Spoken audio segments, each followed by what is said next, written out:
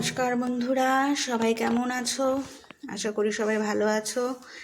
এবছর মোটামুটি শীত পড়েছে, অনেকেই বলছে, কিন্তু আমার একটু বেশিই ঠান্ডা লাগছে, কারণ আমি একটু শীত কাতুরে।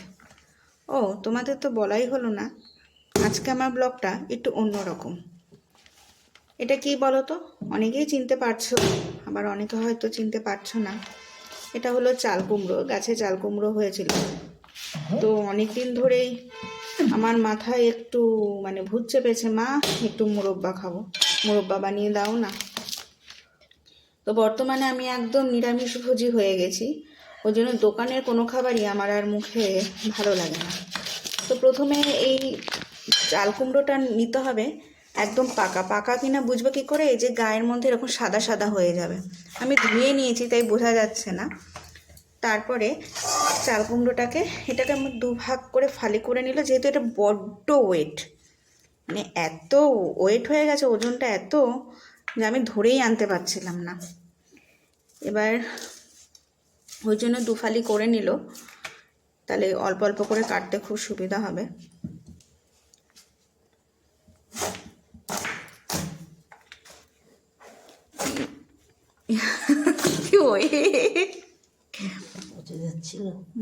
দেখেছো, আজকে না বানালে মুশকিল হয়ে যেত। প্রথমে এরকমভাবে ছোট ছোট পিস করে টুকরো টুকরো করে নেওয়া হচ্ছে, কেটে নেওয়া হচ্ছে। এবার এই খোসাটা ছাড়িয়ে নেওয়া হবে।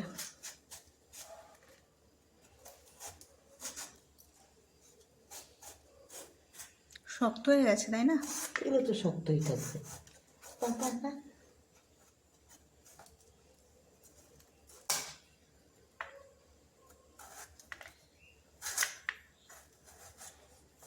সবুজ এমনভাবে ছাড়াতে হবে যেন গায়ে অনেক সময় সবুজ সবুজ হালকা থাকে, সেটাও যেন না থাকে। কেননা আমরা জানি মোরব্বা সাদাই হয় বেশিরভাগ। এবার ভিতরে যে এই বীজগুলো ফেলে দিতে হবে, কারণ এই বীজগুলো সব পেকে গেছে। এ দেখো, তোমাদের দেখাই একটা, উঠেও না হাতে।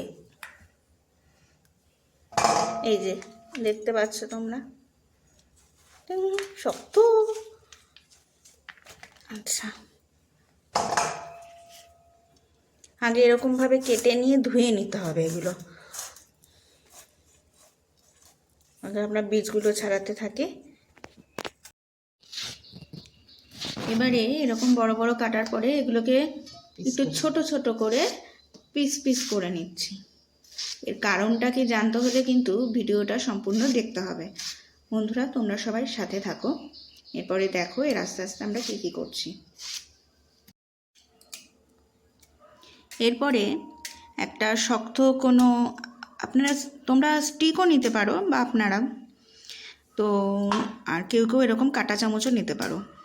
এর চারিপাশটা একটু ভালো করে এরকমভাবে ফুটো ফুটো করে দিতে হবে, বেশ কয়েকটা ফুটো করতে হবে। এর কারণটা হলো, ওই যে ভিডিওটা পুরো দেখতে হবে কারণটা বলার জন্য, জানতে হলে। কি শক্ত! যখন ফুটোগুলো তোমরা করবে একটু সাবধানে করো, হাতে ফুটে যাওয়ার ভয় আছে, কেননা খুব শক্ত। কিন্তু শক্তর মধ্যেও এইগুলো একটু করে নিতে হবে চারিপাশটায়। অনেকগুলো করে ফুটো করে নেবে, ঘন ঘন। না, জল থেকে উঠিয়ে এবার পরিষ্কার জলে ধুয়ে নিচ্ছি, চিপে নিচ্ছি।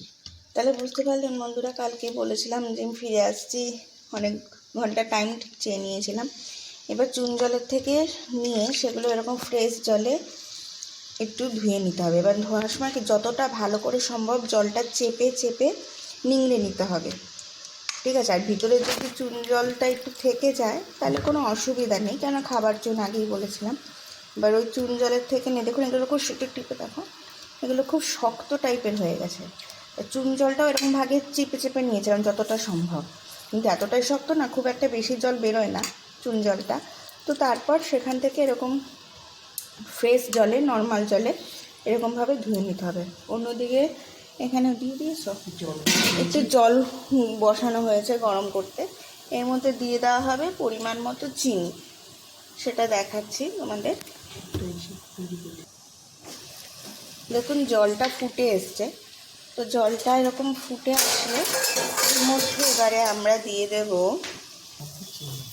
পরিমাণ মতো চিনি। এখানে একটু বড় সাইজের, বেশ বড় সাইজের 1 বাটি তো দিয়েইছি। কত গ্রাম হতে পারে মা? গ্রামটা কত হতে পারে? গ্রামটা বুঝতে পারছি না। তো আমি বাটিটা দেখিয়ে দিই, এই যে বাটির সাইজ, এই বাটির 1 বাটি চিনি দিয়ে দিয়েছি। কেননা আমাদের এখানে চাল কুমড়োর পরিমাণটাও বেশ খানিকটা। নাড়িয়ে দাও। অনেকটা শিরা বানিয়ে নিচ্ছি, যেরকমভাবে রসগোল্লার শিরা হয় না, ঠিক সেরকমভাবে শিরা বানিয়ে নিচ্ছি। চিনিটা যতক্ষণ না গলে ততক্ষণ এখানে ফুটতে দিতে হবে।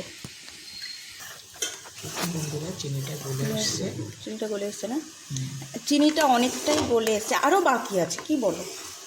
চিনিটা প্রায় গলে যাবে, প্রায় গলে এসছে, আর একটুখানি গলবে। চিনিটা একদম গলে গেলে তারপরে আমরা কি করব? গলে গেছে, এবারে গলে গেছে। এরপর আমরা এই যে চুন জল থেকে ভিজিয়ে ফ্রেশ জলে ধুয়ে নিয়েছি সেই চাল কুমড়োগুলো এর মধ্যে আস্তে আস্তে আমরা দিয়ে দেবো। হবে না, আরও জল লাগবে মনে হচ্ছে, এত চাল কুমড়ো। একেবারে হবে না মা, একটু জোর করে হওয়াচ্ছ।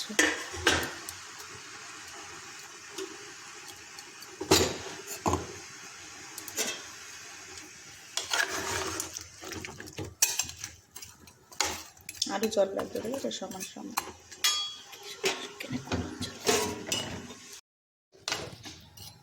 জলটা এমন পরিমাণ দিতে হবে, সম পরিমাণ। দেখুন সমানে সমানে রয়েছে, খুব বেশি দিতে হবে না।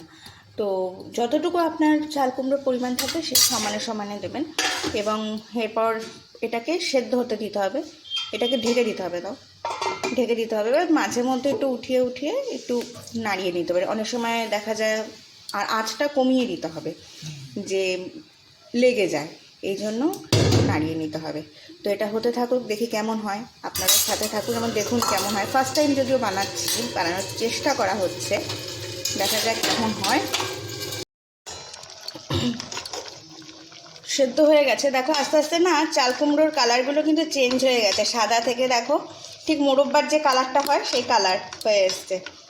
কেকের মধ্যে কিন্তু বেশ ভালোই পাওয়া যায় এই কালারেরই, কিন্তু অনেক ছোটো ছোটো দেয়, আমরা একটু বড় বড় করেছি। আচ্ছা, এবার সেদ্ধ হয়ে গেলে এগুলোকে একটু তুলে নিলাম। কেন? ওই নিচে দেখুন, এই যে এটা হচ্ছে ওই চিনির শিরাটা রয়েছে, ওটাকে আর একটু ফুটতে দিতে হবে, একটু আঠালো আঠালো করার জন্য। এটা তুলে নিয়ে ওটাকে ভালো করে একটু ফুটিয়ে নেব, আঠালো আঠালো হবে। ওই যে একটু রয়েছে আর একটা।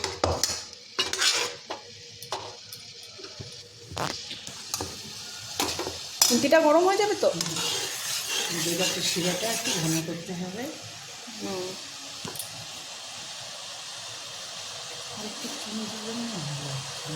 একটু পাতলাটা একটু মুখে দিয়ে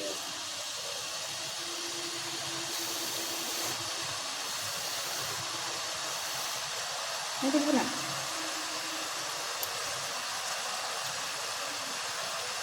আরও সেদ্ধ হবে। ওটাই তো দেখতেছি, সিদ্ধই যেন হচ্ছে। সিদ্ধ হয়েছে, কচকচ করছে। ও পাকা চাল করলে দোকানে একটা হয় না কেন তাহলে? আরও সেদ্ধ হবে। সেদ্ধ করার জন্য কিছু দেয় না। দেখুন বুড়বুড়ি করে উঠছে, বেশ আঠালো হয়ে আসবে। দেখুন একদম শিরা হয়ে যাচ্ছে, এরকম শিরা করে এগুলোকে আবার ঢেলে দিলাম। তাহলে একটু বেশ মাখো মাখো টাইপের খেতে হবে। তো দেখুন গায়ে কীভাবে সবটা একদম মিশে যাচ্ছে।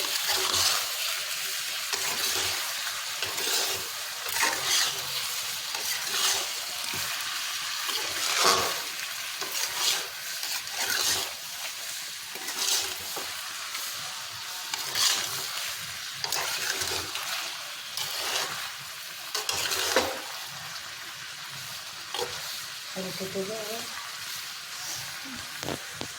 আর এরকম একটু হতে থাকুক, একটু হতে দিতে হবে।